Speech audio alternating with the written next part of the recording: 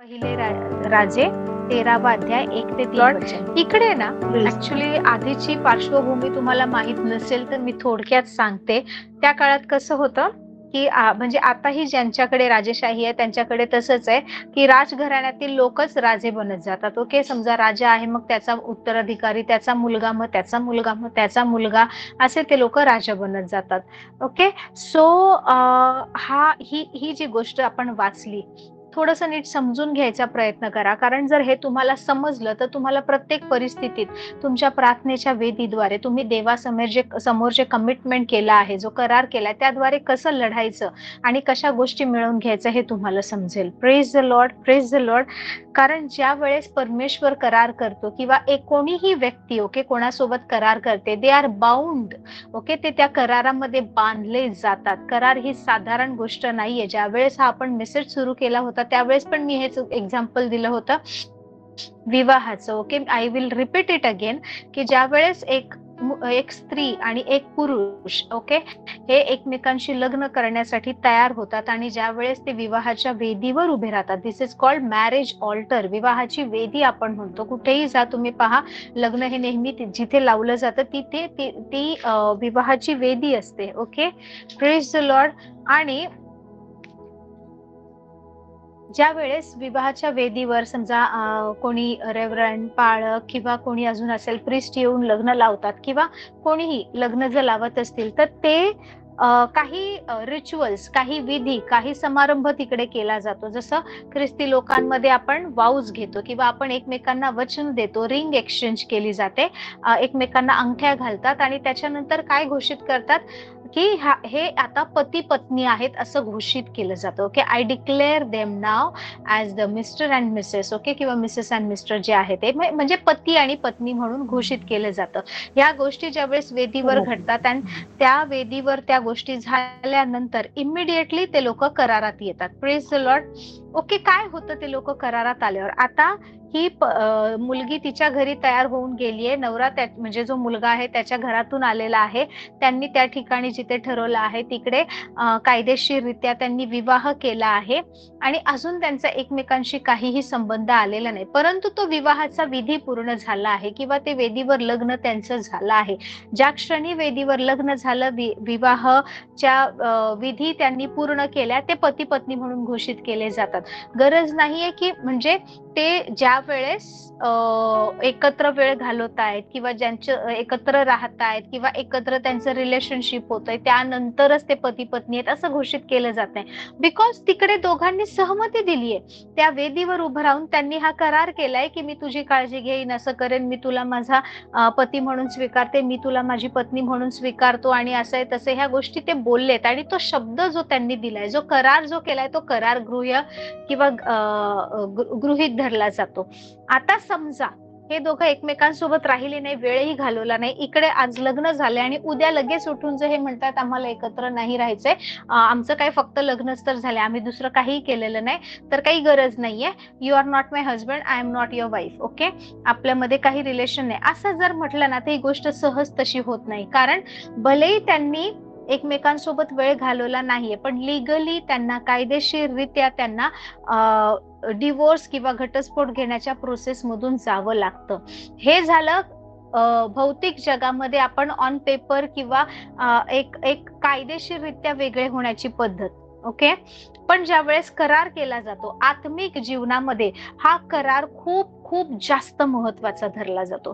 ज्या वेळेस त्या वेदीवर कुठलीही गोष्ट असेल, तुम्ही जी कोणती गोष्ट वेदीवर आणता, मग तुम्ही स्वतः उभे राहताय, तुमचं ऑफरिंग, सॅक्रिफाईस, बलिदान जे काही घेऊन जाताय ना, तर ती गोष्ट कॉव्हनंट मध्ये येते, ती करारामध्ये प्रवेश करते आणि तिला खूप जास्त महत्व असतं. कारण ज्यावेळेस करार केला जातो आपण असं नाही बोलू शकत मी फॉलो नाही करणार, मी नाही करणार. ओके, किंवा मला हे आवडत नाहीये, मी आता इकडे जस्ट सॉरी माझ्याकडून चूक झाली, मला हे जमणार नाही, असं बोलून चालत नाही. करार जो आहे तो खूप भक्कम असतो, खूप मजबूत असतो आणि करार आहे ना हा स्पिरिट रेल्म मध्ये, आत्मिक जगामध्ये ना याला फार महत्व आहे आणि वेदीवर परमेश्वर आपल्यासोबतही करार करतो. Praise the Lord. सो आता इकडे काय झालंय, हा यराबाम नावाचा याच्या आधी एक राजा होता, एक पुरुष होता. तो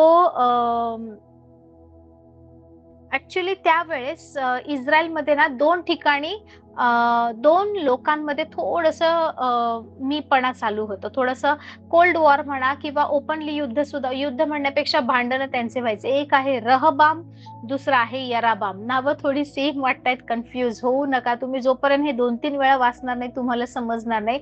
पण ह्या गोष्टी खूप महत्त्वाच्या आहेत. Praise the Lord. सो असं होतं की ओके, एक राजे याचा 13वा अध्याय, फर्स्ट किंग्स चॅप्टर 13. आणि असं होतं की यहुदा वंशातून एक रहबाम म्हणून आहे. हा रहबाम कोण आहे माहितीये का? लोक सगळे त्यावेळेस म्हणत असतात की रहबाम हा शल्मोनाचा मुलगा आहे, दाविदाचा मुलगा शल्मोन, शल्मोनाचा मुलगा आहे रहबाम. आता शल्मोनानंतर राजा कोण बनेल? तर रहबाम बनेल असं सगळ्यांना वाटतं आणि सगळेजण त्यासाठी तयार पण आहेत. परंतु त्यावेळेस काय होतं माहितीये का? तिकडे यहुदाचं नगर सोडलं तर दुसरीकडे अजून एक व्यक्ती असतो. म्हणजे आता मी राजा बनणार, मी राजा बनणार. राजेपदासाठी थोडंसं जलसी, भांडणं, वाद चालू आहे. आणि हा यराबाम नावाचा एक व्यक्ती आहे, तो सुद्धा एका भागावर राजा बनतो. म्हणजे इस्रायलाच्या एका भागावर हा, एका भागावर रहबाम, अशा प्रकारे चालू आहे. ओके. आता हा जो यराबाम आहे ना, तो खूप कपटी आहे, वाईट आहे. बायबल सांगतं नबाटाचा पुत्र यराबाम हा शल्मोन राजा समोरून पळून जाऊन मिसर देशात राहिला होता. शल्मोन राजासोबत त्याने फितुरी केली होती, त्याने तिकडे काही गोष्टी केल्या होत्या. पळून जाऊन हा काही दिवस मिसर देशात राहिला होता. ओके. मिसर देशामध्ये हा लपून राहिला होता की त्याला माहितीये शल्मोन राजा आता मला जिवंत ठेवणार नाही किंवा मी हे चुकीचं कृत्य केलंय, राजासमोर मी नाही राहू शकत, म्हणून पळून जाऊन मिसर देशामध्ये लपून राहिला होता. ज्यावेळेस शल्मोन मरण पावला, शल्मोन राजा दाविदाचा मुलगा शल्मोन राजा मरण पावला, हा यराबाम परत येतो. त्याला कळतंय शल्मोन मरण पावला आहे आणि तिकडून आल्यानंतर ना हा दावा ठोकतो की मी राजा बनणार, मला राजा बनायचंय. पण लिगली शल्मोनाचा मुलगा बनायला पाहिजे. तो शल्मोनाचा मुलाचं नाव आहे रहबाम. ओके. सो आपण आज ना या यराबाम बद्दल आणि नाही का एका वेदीबद्दल शिकणार आहे. का? कारण ज्यावेळेस नकारात्मक वेदी आपल्या जीवनात उभे राहतात ना, त्या वेदीचा सामना त्या वेदीवरूनच बोलून केला जातो. तुम्हाला इट इज लाईक आत्मिक जगातल्या गोष्टीशी अपरिचित राहून चालणार नाही. Praise the Lord, praise the Lord. So आता इकडे काय झालंय माहितीये का? हा जो यराबाम आहे याने काय केलं? I show you the words. Hallelujah. एक राजे 12वा अध्याय 25वे वचन. आता इकडे काय झालं? याच्या आधीची गोष्ट अशी आहे की हा यराबाम इस्रायलच्या लोकांना घेऊन जातो आणि रहबामाला म्हणतो असं कसं, अशा बऱ्याचशा गोष्टी. म्हणजे त्याला ते राजेपद पाहिजे म्हणून काही कपटीपणा करण्याचा प्रयत्न करत असतो. पण आता काय झालं आहे? इकडे रहबाम राजा झाला आहे. कोण? शल्मोनाचा मुलगा. हा यराबाम काय करतो? इफ्राईमच्या पहाडी प्रदेशामध्ये जाऊन शखेम नावाचं नगर आहे ना, तिकडे त्या नगरामध्ये चांगल्या गोष्टी करतो. आपल्या इकडे कसं समजा इलेक्शन्स आले, काही गोष्टी झाल्या की सगळ्या गोष्टी नवीन नवीन दिसायला लागतात, आम्ही काम करतोय हे दाखवलं जातं ना. सो सेम ओके, त्या प्रकारे त्याने पॉलिटिक्स काहीतरी तिकडे खेळण्याचा प्रयत्न केला आणि त्याने दाखवलं की तिकडच्या नगराची मी काळजी घेतोय, हे नगर मी मजबूत केलंय, हे नगर मी चांगलं करत आहे, इकडच्या लोकांना मी मदत करत आहे. यराबाम आपल्या मनात म्हणाला, 26वे वचन, हे राज्य दाविदाच्या घराण्याकडे जाण्याचा संभव आहे. काय म्हणतो? हे राज्य दाविदाच्या घराण्याकडे म्हणजे शल्मोन किंवा त्याचा मुलगा यांच्याकडे जाण्याचा संभव आहे. लोक यरूशलेमेत यज्ञ करावयास गेले तर त्यांचा स्वामी यहुदाचा राजा रहबाम याचे पुन्हा होतील. आता यहुदामध्ये राजा कोण बनलाय? शल्मोनानंतर त्याचा मुलगा रहबाम बनला आहे. आणि ह्या यराबामाच्या मनात काय चालू आहे की मला हे राजेपद पाहिजे, मला ह्याला बनू द्यायचं नाही. आता इकडे त्याचं काही चालत नाही. तो इफ्राईमच्या डोंगराळ प्रदेशात शखेमच्या ठिकाणी गेलाय. तिकडे तो लोकांचं मन जिंकायचा, आम्ही तुमच्यासाठी आहे, मी चांगलं करेन, आपण असं करूया, आपण तसं करूया, अशा प्रकारे गोड गोड बोलून बोलून त्या लोकांना तो आपलंसं करण्याचा प्रयत्न करतोय. पण त्यावेळेस लोकांची पद्धत काय होती माहितीये का?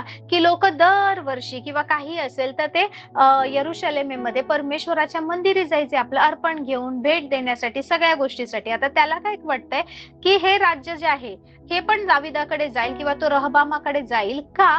कारण ना यरूशलेमेमध्ये ही लोक दरवर्षी यज्ञ करायला जातात, देवाला अर्पण द्यायला जातात, भेट द्यायला जातात, तर ही गोष्ट मला थांबवली पाहिजे. तो काय म्हणतो? ते लोक यरुशलेमेत यज्ञ करावयास गेले तर त्यांचा स्वामी यहुद्याचा राजा रहबाम याच्याकडे त्यांचे मन वळेल व ते मला जीवे मारून यहुदाचा राजा याचे पुन्हा होतील. किती कपटीपणा याच्यामध्ये. त्याने चूक केली त्याला माहितीये, पण तो काय म्हणतो, जर हे लोक यज्ञ करायला तिकडे गेले, रहबाम जो तिकडचा राजा आहे, शल्मुनाचा मुलगा आहे, दाविदाचा नातू आहे, तर ते पाहतील, ते बोलतील, असं सगळं होईल आणि मग हे लोक तिकडे जातील आणि शल्मुनाच्या रहबामाच्या बोलण्यावरून कळेल की मी तर चांगला नाही, तर हे लोक येऊन मलाच मारतील. सो त्याने काय केलं, त्याने इतकं वाईट कृत्य केलं ना, इतकं वाईट कृत्य केलं. त्याने काय केलं, आपल्या बरोबरच्या लोकांचा सल्ला घेऊन त्याने सोन्याची 2 वासरं बनवली. तिकडच्या काही लोकांना त्याने सोबत घेतलं, त्याने सोन्याची 2 वासरं बनवली. माहिती, आता ह्या लोकांना परमेश्वराच्या मंदिरी जाऊ द्यायचं नाही, त्या लोकांना इथेच कम्फर्टेबल करायचे, ह्यांना ना सगळ्या गोष्टी इथे जवळपास आणून द्यायच्या, म्हणजे हे लोकांना जाणारच नाही दुसरीकडे कुठे. ओके, हे सैतानाची एक योजना आहे. सैतान अशा प्रकारेच करतो, तो आपल्याला सगळ्या गोष्टींमध्ये अशा प्रकारे कम्फर्टेबल, अशा प्रकारे सोयीस्कर सगळं करून ठेवते. Everything is on the tip of your finger. मोबाईलवर तुम्ही सगळं ऑर्डर करा, सगळं जग तुमच्या नाही का फिंगर टिप्स वर आहे. बाहेर जायची गरज नाहीये. कपडे ऑनलाईन मागवा, वस्तू ऑनलाईन मागवा, भाजीपाला ऑनलाईन मागवा, आता तर सगळ्या सर्व्हिसेस आपल्याला मिळतात. सो आपण कुठे जाऊ नये, लोकांशी कनेक्ट होऊ नये, आपण लोकांसोबत मिळून विचारांची देवाणघेवाण होऊ नये, आपण एकटे पडावे, यासाठी ना खूप आधीपासून ही योजना सैतान करत आहे. ऍक्च्युली जेव्हा पण ह्या ज्या गोष्टी घडतात आपल्याला वाटतं वा व्हॉट अ टेक्नॉलॉजी, आपण एका जागेवर सगळं मिळवून बसून सगळ्या गोष्टी करू शकतो. But behind this technology there is a master mind, there is the master mind that belongs to Lucifer, that belongs to Satan. आणि ह्या गोष्टी करण्यामागे काहीतरी अर्थ आहे. Praise the Lord, praise the Lord.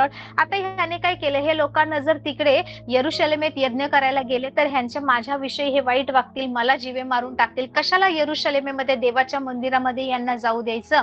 So त्याने काय केलं, त्याने काही लोकांची बोलणी केली आणि त्याने ठरवलं इकडेच याच जागेमध्ये त्याने सोन्याची 2 वासरं बनवली आणि लोकांस म्हटलं आजवर तुमचे यरुशलेमेत जाणे झाले तेवढे पुरे. त्याने त्याच्या नगरातल्या लोकांना बोलवलं, म्हणाला आता तुम्हाला यरुशलेमेत जायची गरज नाही, आजपर्यंत एवढा प्रवास केला, जेवढं झालं तेवढं पुरे. हे इस्रायला, ज्या देवांनी तुला मिसर देशातून आणले तेच हे पहा. किती किती म्हणजे नाही का कपटीपणाने ह्या सगळ्या लोकांसमोर तो बोलत होता. तो म्हणत होता, हे इस्रायला, ज्या देवांनी, ओके, काय म्हणतो तो, ज्या देवांनी, रीड फ्रॉम युअर बायबल वर्स 28, 1 राजे 12:28, ज्या देवांनी तुला मिसर देशातून आणले तेच हे पहा. त्याने एका वासराची बेथेल येते, कुठे, बेथेल येते, आणि दुसऱ्याची दान येथे स्थापना केली. त्याने 2 सोन्याची होती वासरं बनवली, बेथेल ठिकाणी एक ठेवलं, दानच्या ठिकाणी एक ठेवलं. आणि इस्रायलाला, त्या लोकांना काय सांगतोय, ज्या लोकांनी आपल्या पूर्वजांना मिसर देशातून सोडवलं ना तेच हे देव. Praise the Lord. ज्या देवाने सोडवलं तेच हे देव. आणि बायबल सांगतं ही गोष्ट पापास कारण झाली. Praise the Lord. त्याने लोकांना परमेश्वराच्या मंदिरात जाऊ नये, त्यांनी देवाशी कनेक्ट होऊ नये, त्यांनी देवासमोर आपले भेट वस्तू अर्पण घेऊन जाऊ नये, म्हणून त्यांच्या ठिकाणी, त्यांच्या जवळ त्याने काही गोष्टी बनवल्या आणि लोकांना त्याने सांगितलं की हेच तर ते देव आहेत ज्यांनी तुम्हाला सोडवलं आहे, हेच तर आहे ज्यांनी आपल्याला शत्रूच्या हातून सोडवलं. जेव्हा की हा स्वतः इतके वर्ष मिसर देशामध्ये शल्मुनापासून पळून जाऊन लपून राहिला होता. इतका त्याचा कपटीपणा होता. आणि it was a fight for the throne. Hallelujah. आणि आता काय झालं, ही गोष्ट पापास कारण झाली. दानापर्यंतचे लोक यांनी हे काय केलं, जे दान साईडचे, त्या नगराच्या साईडचे, ते एका वासराच्या दर्शनाला जायला लागले, दुसरे जे बेथेल साईडचे आहे ते तिकडच्या वासराच्या दर्शनाला जायला लागले. बायबल सांगतं त्यांनी उच्च स्थाने आणि सर्व लोकातून याजक नेमिले. लेवीचे वंशज त्यावेळेस नव्हते, कारण याजकाचं काम कोणाला दिले, लेवी घराण्याला, मोशे, अहरोन यांच्या घराण्याला, पण लेवीचे वंशज त्यावेळेस नव्हते. मग यराबामाने काय केलं, पाहाने इतकं कुटील कृत्य केलं. 8व्या महिन्याच्या 15व्या दिवशी यहुदातील सणासारखा त्याने एक सण केला. यहुदामध्ये जसा परमेश्वराचा सण केला जातो, वेगवेगळे सण पाळले जातात, वलांडणाचा किंवा काय, तसं त्याने काय केलं, एखादा असा नवीन सणच सुरू केला. बायबल सांगता 8व्या महिन्याच्या 15व्या दिवशी यहुदातील सणासारखा एक सण केला आणि वेदीवर, कुठे, त्याने बेथेल आणि दान इथे ठिकाणी जी सैतानाची वेदी उभारली, त्या वेदीवर त्याने होम बली अर्पिले. त्याप्रमाणे तेथे बेथेल येथे तिकडे जे त्यांनी वेदी उभारली होती, तिथे सुद्धा त्याने काय केलं माहितीये का? तिकडे त्याने वेगळेच याजक नेमले आणि जी वेदी त्याने बेथेलात बांधली होती, ती वर स्वतःच्याच मनाने ठरवलेल्या 8व्या महिन्याच्या 15 दिवशी त्याने होम बली अर्पिले. स्वतःच ठरवलं. असं काही हिस्ट्री नव्हती, कुठला असं काही जुन्या गोष्टी नव्हत्या की देवाने सांगितलं हे करायचं. जुना कुठला सण चालत आलेला नाही, कारण ज्याच्या आधीचे जे सण आहेत ते सगळे सण इस्रायलाला परमेश्वराने कसं मोठ्या पराक्रमाने बाहेर काढलं, ते देवाच्या कृत्यांची एक आठवण करून देणारं, परमेश्वराचं आपल्यावरील प्रेम याचं एक साक्ष म्हणून असे सण साजरे केले जायचे. याने स्वतःच्याच मनाने काहीतरी सण साजरे केले आणि बायबल सांगतं त्याने इस्रायल लोकांसाठी हा सण स्थापिला आणि वेदीवर यज्ञ बली हवन करून अर्पिला. दुष्ट लोकांची कुठलीही गोष्ट वेदीशिवाय होत नाही.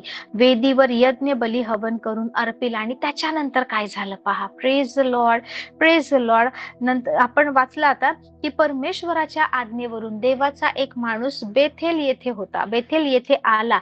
देवाची वचन किंवा एकावर देवाचं वचन आलं, परमेश्वराने त्याला प्रोफेट म्हणून, संदेष्टा म्हणून पाठवलं. तो बेथेल येथे आला आणि त्यावेळेस हा यराबाम, हा कपटी, हा दुष्ट, हा लबाड, हा धूर्त काय करत होता माहिती? हा बायबल सांगतं की वेदीपाशी हवन करीत होता. कुठली वेदी? त्याने ज्या 2 नाही का अंधकाराच्या दुरात्म्यांच्या ज्या वेद्या बांधल्या, त्याने लोकांना फसवण्यासाठी, देवापासून डिस्कनेक्ट करण्यासाठी, परमेश्वराकडे जाऊ नये म्हणून, ह्या लोकांनी माझंच ऐकावं म्हणून ज्या स्वार्थी हेतूने त्याने ज्या चुकीच्या गोष्टी केल्या होत्या ना, तिथल्या ठिकाणी त्याने स्वतः सण स्थापिले, तिकडे वेदी बांधली, तिकडे त्याने स्थापना केली आणि त्याच्यावर आता तो हवन करत असताना हा देवाचा संदेष्टा तिकडे आला. बायबल सांगतं परमेश्वराच्या आज्ञेवरून ह्या संदेष्टाने काय केलं? ओके, या संदेष्टाने त्या वेदी विरुद्ध हे शब्द उच्चारले. कशा विरुद्ध? यराबामा विरुद्ध नाही, त्या वेदी विरुद्ध. जी वेदी त्याने लोकांना देवापासून अडवण्यासाठी स्थापिली होती, इस्रायलाच्या लोकांना परमेश्वराच्या मंदिरी न जाऊ देण्यासाठी जी त्याने दान आणि बेथेल येथे जी वेदी उभारली होती, तिकडे त्याने जे मूर्त्या स्थापिल्या होत्या, तिकडे त्याने जे याजक नेमले होते, तिकडे त्याने त्या ठिकाणी जे सणांची स्थापना केली होती आणि लोकांना भटकवण्याचं काम करत होता. सर्व इस्रायलाला तो विपरीत गोष्टी करायला लावत होता. ओके, बायबल सांगतं हा जो देवाचा संदेष्टा बेथेल या ठिकाणी आला आणि त्या वेदीवर तो यराबाम दुष्ट तो हवन करत असताना त्यावेळेस याने काय केलं? त्या वेदीवर विरुद्ध, त्या वेदीच्या विरुद्ध जी त्याने लोकांना भटकवण्यासाठी, लोकांना अडवण्यासाठी, देवापासून डिस्कनेक्ट करण्यासाठी उभारली होती, त्या वेदी विरुद्ध हे शब्द उच्चारले. हे वेदी परमेश्वर म्हणतो पहा, दाविदाच्या घराण्यात योशिया नावाचा एक पुत्र जन्मेल. Hallelujah. To whom he is addressing. हा संदेष्टा जो आहे, एक तर लोकांना जाऊन बोल, यराबामाला जाऊन बोल, ते वेदीवरचे जे खोटे याजक आहेत त्यांना जाऊन सांग, कोणत्या तरी ऐकणाऱ्या व्यक्तीला बोल ना. तो वेदीला का बोलतोय? बिकॉज युअर वेदी talks and your altar talks and your altar listens. Okay, ही जी वेदी आहे ना, मग ती भले अंधकाराची असू दे किंवा काही, त्या वेदीवर बऱ्याच गोष्टी होतात. स्पिरिच्युअल ऍक्टिव्हिटीज घडतात, आत्मिक घडामोडी घडतात. मग ते पतन झालेले दुरात्मे असतील त्यांचं असेल किंवा देवाचे देवदूत असतील. तुम्हाला जर तुम्ही प्रकटीकरण याचं 6वा अध्याय, 8वा अध्याय, 12वा अध्याय जर वाचलं तर तुम्हाला समजेल की त्या वेदीच्या ज्या वेळेस 6व्या अध्यायामध्ये तुम्ही वाचा, 8व्या अध्यायामध्ये सुद्धा स्पष्ट दिले की वेदीवर जे देवदूत होते, वेदीच्या आगीतून एक देवदूत आला, जो अग्नी होता तो वेदीच्या आगीतून निघाला. वेदीच्या खाली त्याला बरेच हे दिसले. 6व्या प्रकटीकरण 6 मध्ये पाहिलं तर तुम्हाला दिसेल, वेदीच्या खाली त्याला ज्या लोकांचं ख्रिस्ताला स्वीकारल्यामुळे, देवाचं साक्षी झाल्यामुळे ज्यांना मारून टाकण्यात आलं होतं ना, ते आत्मिक वेदी खाली दिसले. हे कुठे आहेत? हे जे नाही का मार्टर्स झाले, जे ख्रिस्तामध्ये ज्यांनी बलिदान केले, हे कुठे आहेत माहिती? ते परमेश्वराच्या सिंहासनासमोर तिकडे स्वर्गात जी वेदी आहे ना, त्या वेदी खाली हे आत्मे ज्यांनी ख्रिस्तासाठी नाही का रक्त साक्षी झाले, ज्यांनी आपलं आपलं जीवन दिलंय, ज्यांचा वचनामुळे वध झाला आहे. सो ह्या सगळ्यांना परमेश्वराने वेदीखाली ठेवण्याचं काय मिनिंग आहे? Praise the Lord. You will find altar in each and every place. Hallelujah. त्यामुळे तुम्हाला कळलं पाहिजे की तुमची वेदी तुम्ही कशी सक्षम आणि मजबूत केली पाहिजे. तर तो वेदी विरुद्ध शब्द उभारतो आणि तो बोलतो हे वेदी, हे वेदी. परमेश्वर काय म्हणतो? एक माणूस देवाचा संदेष्टा म्हणून, देवाचं वचन, देवाची वाणी त्याला आली आहे आणि ती वाणी तो कोणत्या मनुष्याला सांगत नाही, त्या वेदीला जाऊन बोलतोय तो. Praise the Lord. Something to learn.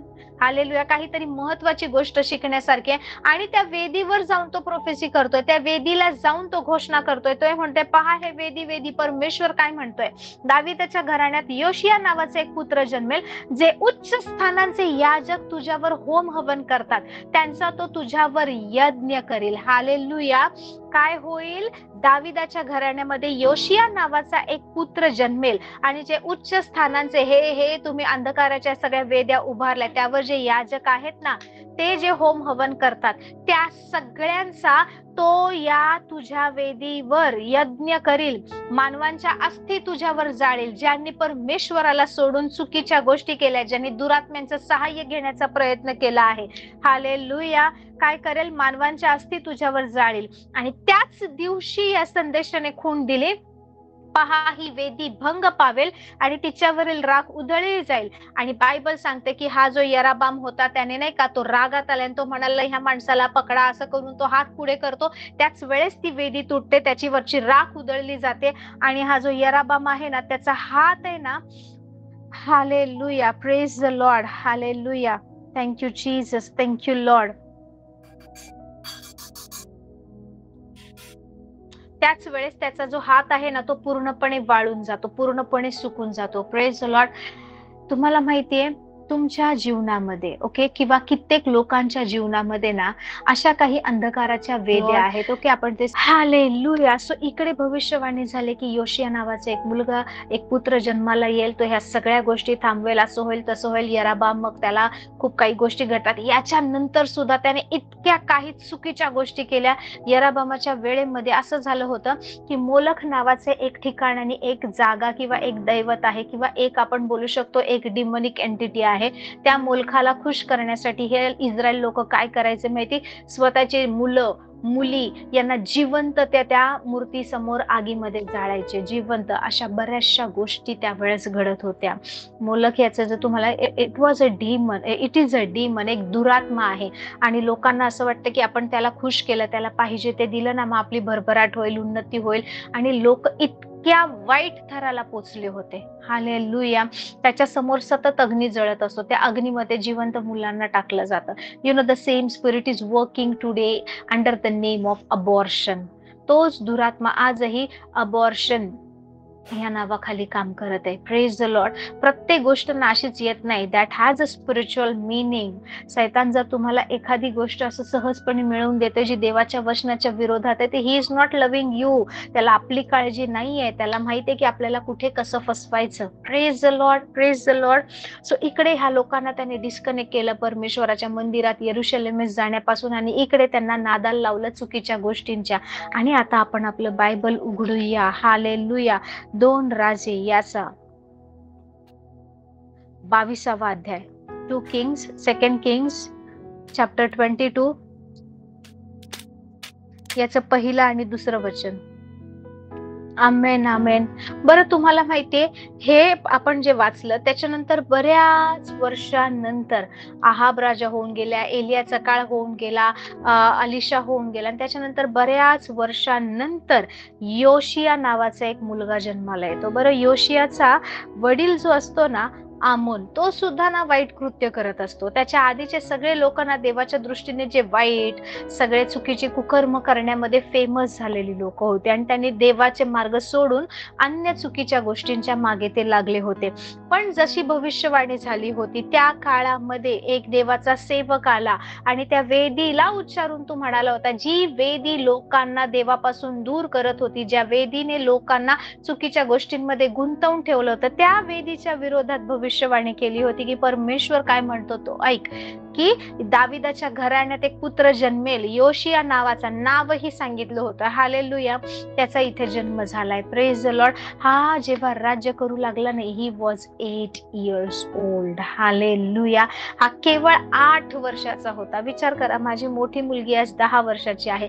8 वर्षाचा एक मुलगा, त्याचे वडील मरण पावले आहेत. त्याचे वडील देवाच्या दृष्टीने वाईट ते करत होते आणि त्याच्यानंतर आता त्याचा उत्तराधिकारी, त्याचा मुलगा जर त्या जागेवर बसणार आहे तर कसं करायचं? Praise the Lord. पण हा योशिया, जो देवाच्या भविष्यवाणीनुसार ज्याने जन्म घेतला आहे ना, त्याच्यावर देवाचा विशेष अभिषेक होता. बायबल सांगतं हा 8 वर्षाचा असताना इस्रायलाचा राजा झालाय आणि यरुशलेमेत त्याने 31 years 31 वर्षे राज्य केले. बायबल सांगतं परमेश्वराच्या दृष्टीने जे बरे ते त्याने केले, ज्या मार्गाने त्याचा पूर्वज दावीद चालला त्यानेच तोही चालला, उजवी डावीकडे तो वळला नाही. Praise the Lord. कित्येक वेळा तुम्ही आपल्या मुलांना ना, ते लहान आहेत त्यांना समजत नाही, ओके मुलांना चर्चमध्ये नेलं की आपण ओके जाऊ दे, काही नाही, मस्ती करतायत. येस, ओके, मुलांना आपल्याला चर्चमध्ये गेल्यावर थोडं खायला प्यायला द्यावं लागतं, कधी थोडंसं एंटरटेनमेंटसाठी काही ड्रॉइंग, क्रेयॉन्स, बुक वगैरे असं घेऊन जावं लागतं. मोस्ट ऑफ द टाइम्स आपण त्यांना मोबाईल देऊन बसवतोय, ते हे चुकीचं आहे. Even I have done such things. Praise the Lord. मी सुद्धा त्यांना कधी कधी मोबाईल देते चर्चमध्ये, बट तुम्ही पाहाल की अगदीच नसेल झालं तर एक 5 minutes 10 minutes 15 minutes किंवा चर्चची ही सर्व्हिस झाल्यानंतर ते पण आम्ही मोबाईलवर त्यांना काय लावून देतो? जीससच्या गोष्टी. ओके, येशूचं नाही का, जे अॅनिमेटेड, जे सेव्ड कार्यक्रम आहेत ते, इतर गोष्टी नाही. No, we have said strictly no. का माहितीये, जर हा 8 वर्षाचा राजा देवाच्या दृष्टीने जे बरे ते करू शकतो, चांगलं वागू शकतो आणि 8 वर्षाचा एक मुलगा राजा बनून इस्रायलावर राज्य करू शकतो, तर आपली नक्कीच 8, 10, 5, 6, 7 वर्षाची जी लहान म्हणून जी मुलं आहेत ना, त्यांना देवाचं वचन सुवार्ता तर नक्कीच समजेल. Praise the Lord. आपण मुलांना टीव्हीवरच्या सगळ्या गोष्टी लावून देतो. म्हणजे आजकालच्या मुलांना रील्स माहितीये, रील्स मध्ये येणारी गाणी माहितीयेत, वेगवेगळे पॉप स्टार्स, अजून काय असतं ते बँड्स असतात, कुठली कुठली गाणी असतात, विथ एक्सप्रेशन्स, विथ त्यांची बॉडी लँग्वेज बघायचं, त्यानुसार ते सगळे करू शकतात. पण जेव्हा वचन वाचायची वेळ येते, अरे त्यांना हे समजणार नाही. त्यांना नुसतं आपण तेच डेव्हिड आणि गोलायतची स्टोरी सांगणार, त्यांना आपण फक्त सांगणार येशूने पाण्याचा द्राक्षरस केला, येशू पाण्यावर चालला, ह्या स्टोरी सांगणार. बायबलचं खरं सत्य कधी त्यांना सांगणार नाही की असं केल्यावर हे झालं, हे नाही केलं पाहिजे. त्यांना परमेश्वराने इस्रायलमध्ये काय, मिसर देशात काय कृत्य केली ते सांगणार नाही. परमेश्वराने त्याचे सेवक संदेश त्यांना कसं उभं केलं हे शिकवणार नाही. का आपल्याला they are very small, they are very small, no body small. देवाचं वचन आहे ना, समजण्या इतपत तर त्यांना नॉलेज आहे. जर त्यांना वेगवेगळे कार्टून, वेगवेगळ्या गोष्टी समजतात, इफ दे आर व्हेरी काय म्हणू शकतो आपण, इतके सुंदर रीतीने मोबाईल वापरू शकतात. आजकालच्या मुलांना गेम इन्स्टॉल अनइन्स्टॉल करणं शिकवावं लागत नाही. हातात फोन द्या, सगळ्या गोष्टी करून मोकळे होतात. मग त्यांना बायबल समजणार नाही. आपली चूक होते. Praise the Lord. हा 8 वर्षाचा असताना राज्य करू लागला आणि बायबल सांगते त्याने परमेश्वराच्या दृष्टीने चांगले ते केलं. कोणीतरी वचन वाचा, 2 राजे 22 याचा 11वा अध्याय. तुम्हाला माहिती आता ह्या वेळेस काय झालंय, नियमशास्त्र कुठे माहित नाही, मंदिरात कोण जात नाही, याजक नाहीये, काही नाहीये. हा योशिया कार्य करत असताना काही वर्षानंतर हा काय म्हणतो माहिती, की तिकडे मंदिर आहे, मंदिरामध्ये लोकांनी एवढा काही पैसा दिला, तर तुम्ही एक काम करा, मंदिराची साफसफाई करा. मंदिरामध्ये काय लागतंय, इस्रायलाच्या परमेश्वराच्या मंदिरात काय लागतंय ते पहा. जो भांडारामध्ये पैसा जमा झालाय तो सगळा पैसा तिकडून काढा आणि मंदिरात जेवढा पैसा जमला आहे, द्वारपाळांनी लोकांकडून जेवढा जे पैसा घेतलाय तो सगळ्याचा हिशोब करा आणि मंदिराची देखरेख करणारे, सांभाळणाऱ्या लोकांना तो पैसा द्या. त्यांना सांगा, ते देखरेख करणाऱ्या लोकांना सांगा की कामगारांना बोलवा आणि तो पैसा दुरुस्तीसाठी वापरा. अशा सुंदर गोष्टी त्याने केल्या आणि साफसफाई करत असताना, दुरुस्ती करत असताना, त्यावेळेस त्यांना जो मुख्य याजक हिल्किया होता, ओके, त्या मुख्य याजकाला साफसफाई करत असताना ना एक पुस्तक सापडतं. ते खोलून तो बघतो, तेव्हा कळतं अरे हा तर परमेश्वराचा नियमशास्त्राचा ग्रंथ आहे. हालेलुया. बायबल सांगतं की नियमशास्त्राचा ग्रंथ अशा ठिकाणी मंदिरात पडलेला होता की इतके सारे पिढ्या येऊन गेल्या, त्यांना माहित नव्हतं की नियमशास्त्राचा ग्रंथ कुठे. मुख्य याजकाने कधी मंदिरात जाऊन पाहिलं नाही, लोकांना मंदिराचं महत्व राहिलं नव्हतं आणि ती देवाची वेदी जी आहे ना आपल्या परमेश्वराची, ती ओसाड पडलेली होती. पण साफसफाई करायचा हा योशिया सांगतो, दुरुस्ती करायचं ठरवतो. याजकाला हिल्कियाला नियमशास्त्राचा ग्रंथ सापडतो, तो त्याचा जो सरचिटणीस आहे त्याच्याकडे देतो. राजा समोर हा आणतात, राजा म्हणतात काय लिहिलंय त्याच्यामध्ये वाचा. योशियाने ज्यावेळेस वाचायला सांगितलं आणि ते नियमशास्त्राचा ग्रंथ वाचायला लागले की कसं परमेश्वराने आपल्या पूर्वजांना मदत केली, कसं परमेश्वराने मोशेला नियमशास्त्र दिलं, काय करायचं काय नाही सांगितलं, हे ज्या वेळेस हा योशिया, हा तरुण योशिया ऐकतो ना, एवढ्या लहान सुकुमार वयाचा योशिया, तो रडायला लागतो, तो आपले वस्त्र फाडतो आणि त्याला जाणीव होते ह्यातलं एक पण काम आम्ही करत नाहीये, माझ्या बापाच्या घराण्यात ह्याच्या विपरीत गोष्टी चालू आहेत आणि तो शोक करतो. आणि तो काय करतो माहितीये का, बायबल सांगतं की तुम्ही ह्या बायबलमध्ये जे लिहिलंय ना, योशिया काय म्हणतो माहिती की ह्या ग्रंथामध्ये जे लिहिलंय ते माझ्या संबंधाने तुम्ही जा आणि कोणीतरी इकडे भविष्यवाणी करणारा, कोणीतरी देवाचा नाही का संदेष्टा असेल, कोणीतरी असेल, त्या संदेष्टाला जाऊन विचारा की हे मला सापडले, मी काय करू. कारण त्याला समजत नाही, कारण ह्याच्या विरोधात आम्ही वागलो आहे. तर तो म्हणतो की तुम्ही जाऊन माझ्या तर्फे, यहुद्यांच्या तर्फे परमेश्वरास प्रश्न करा. आता परमेश्वरास प्रश्न करायसाठी कोणतरी देवाचं व्यक्ती ज्याच्यावर परमेश्वराचा आत्मा आहे असलं पाहिजे. बायबल सांगतं की ते लोक त्यावेळेस एका स्त्रीकडे जातात.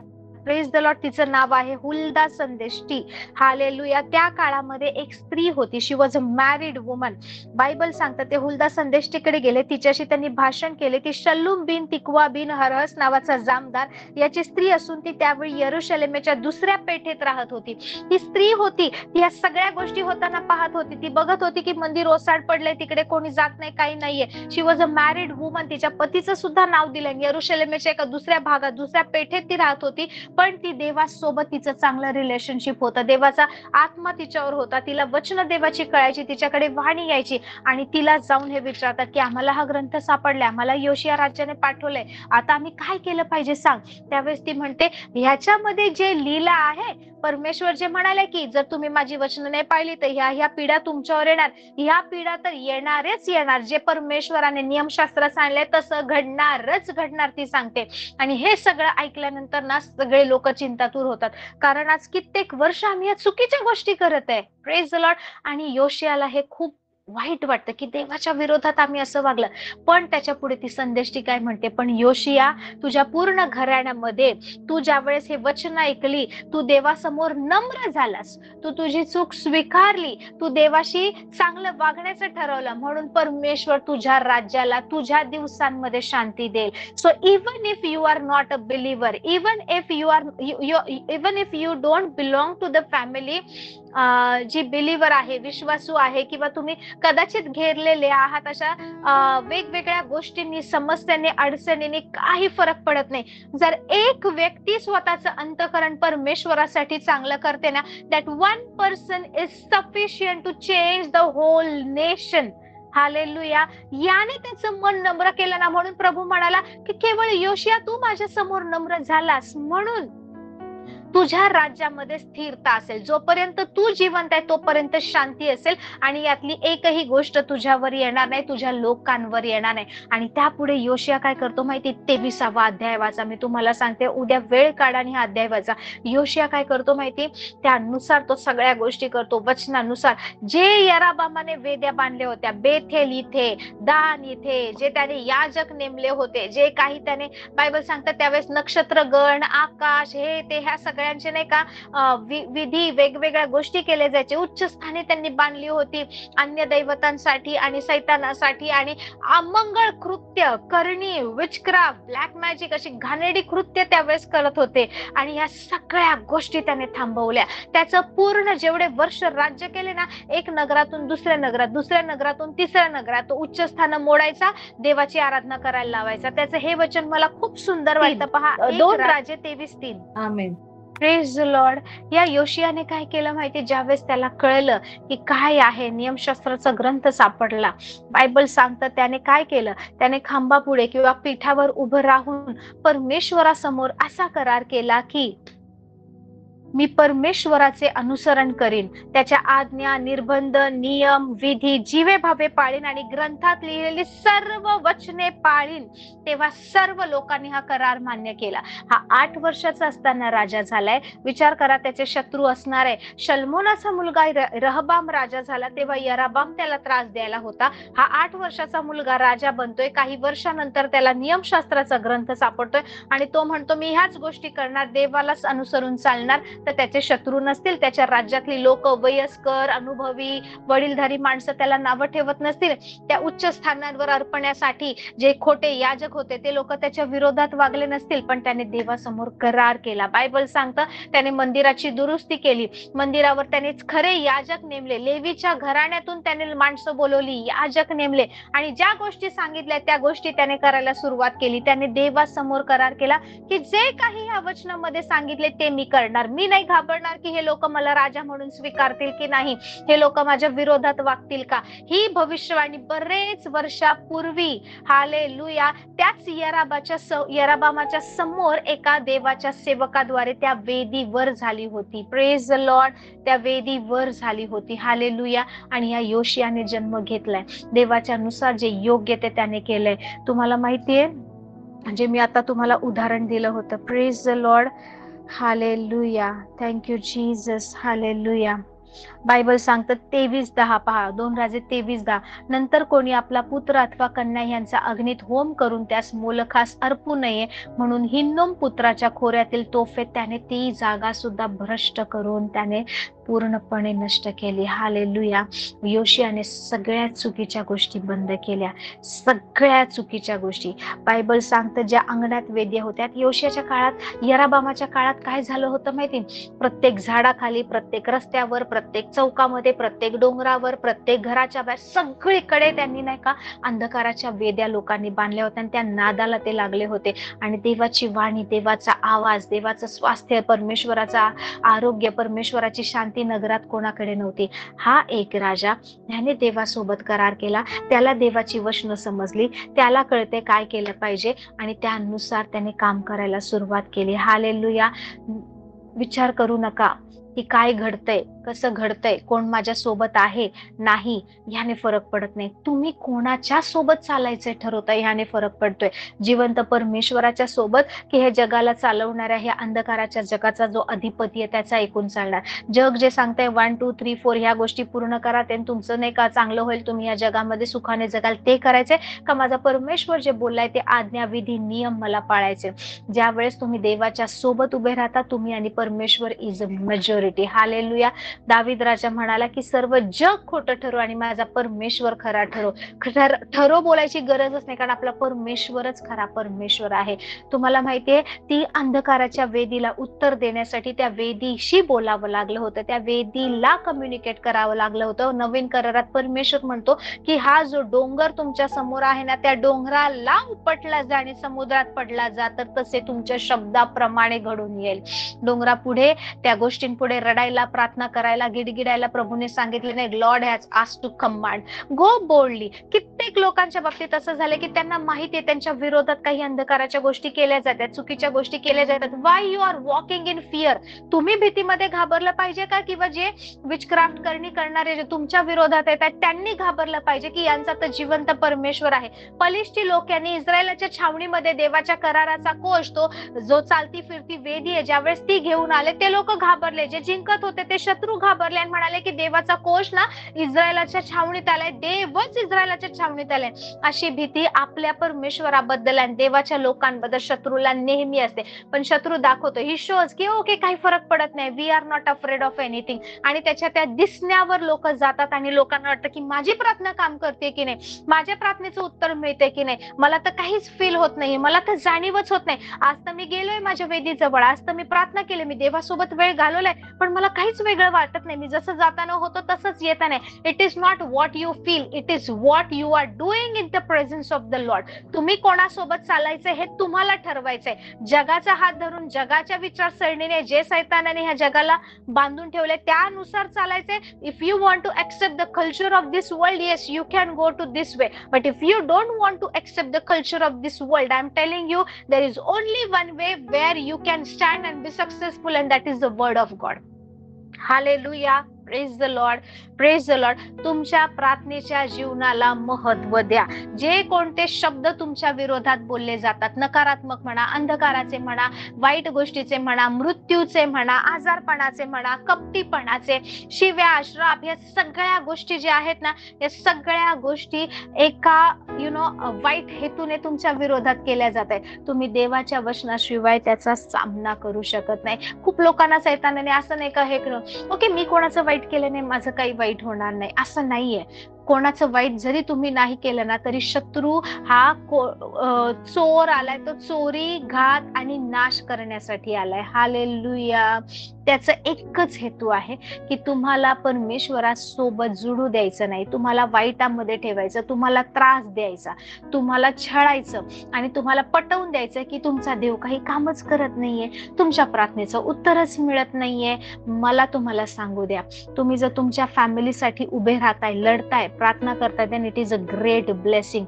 इयोब जो होता ना, he was a man of altar. इयोब बायबल सांगतं की मोशेच्या आधी होऊन गेलेला हा व्यक्ती आहे. जेव्हा जेव्हा इयोबाला 7 पुत्र होते, 3 मुली होत्या आणि इयोब हा पूर्ण पृथ्वीवर नीतिमान होता. बायबल सांगतं त्याच्यासारखा धार्मिक पूर्ण पृथ्वीवर कोणी नव्हता. हा इयोब आहे ना, काय करायचं माहिती, हे त्याला म्हणजे टोटल 10 मुलं होती, 7 मुलं आणि 3 मुली होत्या. हे एकमेकांच्या घरी, समजा ह्या संडेला ह्याच्या घरी, दुसऱ्या संडेला त्याच्या घरी, असे सगळे एकत्र जमायचे आणि भोजन करायचे. पण ज्या ज्या वेळेस त्याची मुलं एकत्र भोजनाला जमायची, तर हा दुसऱ्या दिवशी काय करायचा माहिती, जेवढी त्याची मुलं आहेत त्या मुलांच्या नावाने त्या वेदीवर जायचा, त्या वेदीवर तो परमेश्वरासमोर अर्पण करायचा. परमेश्वरासमोर त्याने that was a family altar. Hallelujah. इयोबाची जी वेदी होती मोशेच्या आधीपासून आहे. मोशेने तर वेदी वगैरे गोष्टी करारामध्ये नंतर सांगितल्या, त्याच्या आधी एक पारिवारिक वेदी होती, that was a family altar. तो प्रत्येक मुलाच्या नावाने वेदीवर अर्पण द्यायचा, वेदीवर परमेश्वरासमोर तो अर्पण द्यायचा आणि म्हणायचा की न जाणो माझ्या मुलांनी काही चुकीचं कृत्य केलं असेल, न जाणो माझ्या मुलांकडून काही पाप झालं असेल, देवाच्या विरोधात त्यांनी जाऊ नये, परमेश्वर त्यांच्यावर रागवू नये, म्हणून त्या वेदीवर तो सदैव सदैव स्वतःच्या मुलांसाठी अर्पण करायचा.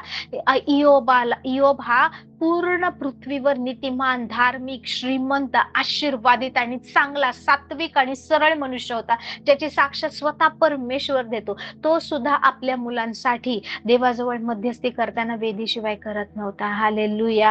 I am telling you, let us have a family altar, की आम्ही सगळेजण ह्या ठिकाणी जमणार, मी ह्या वेळेत माझ्या देवासोबत भेटणार. आज आपलं जीवन जे आहे हे प्रार्थनेचं जीवन आहे. मी तुम्हाला सांगते, जुन्या करारातल्या गोष्टी नवीन कराराची सावली आहे. हालेलुया. नवीन करार जो घडतोय ना, त्याची शॅडो आपण ह्या सगळ्या गोष्टींद्वारे पाहत आहोत. Praise the Lord.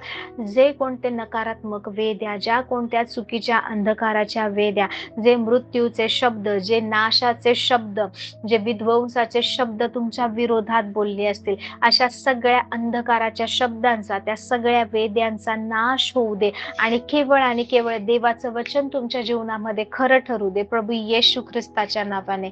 Hallelujah. Praise the Lord. Praise the Lord. So परमेश्वर आपल्या सोबत आहे. हालेलुया. देव आपल्याला कधीच सोडत नाही, आपला कधीच त्याग करत नाही. I am telling you, just faithfully प्रे. हालेलुया. काही दिसू दे, नाही दिसू दे, काही फील होऊ दे, नाही होऊ दे, काही जाणीव होऊ दे, नाही होऊ दे, प्रार्थना करत राहा. जग वेदीशिवाय हलत नाही. जगात कुठलीच गोष्ट वेदीशिवाय होत नाही. जर मी तुम्हाला सिक्रेट सोसायटीज म्हणा किंवा इतर गोष्टी म्हणा, इल्युमिनाटीचं जग म्हणा किंवा अजून जे काही आहे या गोष्टींबद्दल का ह्या गोष्टी घडतात, ओके, आज आपण ना गव्हर्नमेंट म्हणतो किंवा हे जे सगळं आहे ना, सगळं आधीच ना it is everything is plan. ह्या गोष्टी का घडतात, हे का असं होतं, ह्याच्या इन डिटेल जर मी तुम्हाला सांगायला गेले ना, यू विल बी शॉक्ड. तुम्हाला खरंच नाही का एकतर सुरुवातीला तुम्हाला विश्वास ठेवणं कठीण जाईल. पण नंतर ज्यावेळेस तुम्हाला समजेल, की हे असंच आहे, त्यावेळेस तुम्हाला वाटेल आणि इतके वर्ष आम्ही आम्ही या अज्ञानामध्ये जगतो. इतके वर्ष आम्हाला नाही का असं आम्हाला फूल बनवून ठेवण्यात आलंय, की हे असं आहे, हे तसं आहे, हे आमच्या वतीने, हे आमच्या बाजूने आहेत. There are so many leaders, even the leaders of the word of God, की जे लोकं अंधकाराच्या नादाला लागलेत का? की आमची लोकांसमोर नाही का एवढी मोठी मंडळी, एवढं सगळं आहे, आम्ही काय करावं? आज ते अंधकाराच्या राज्याशी कनेक्टेड आहेत. Hallelujah. They don't have fear of Lord. They are living for their names sec.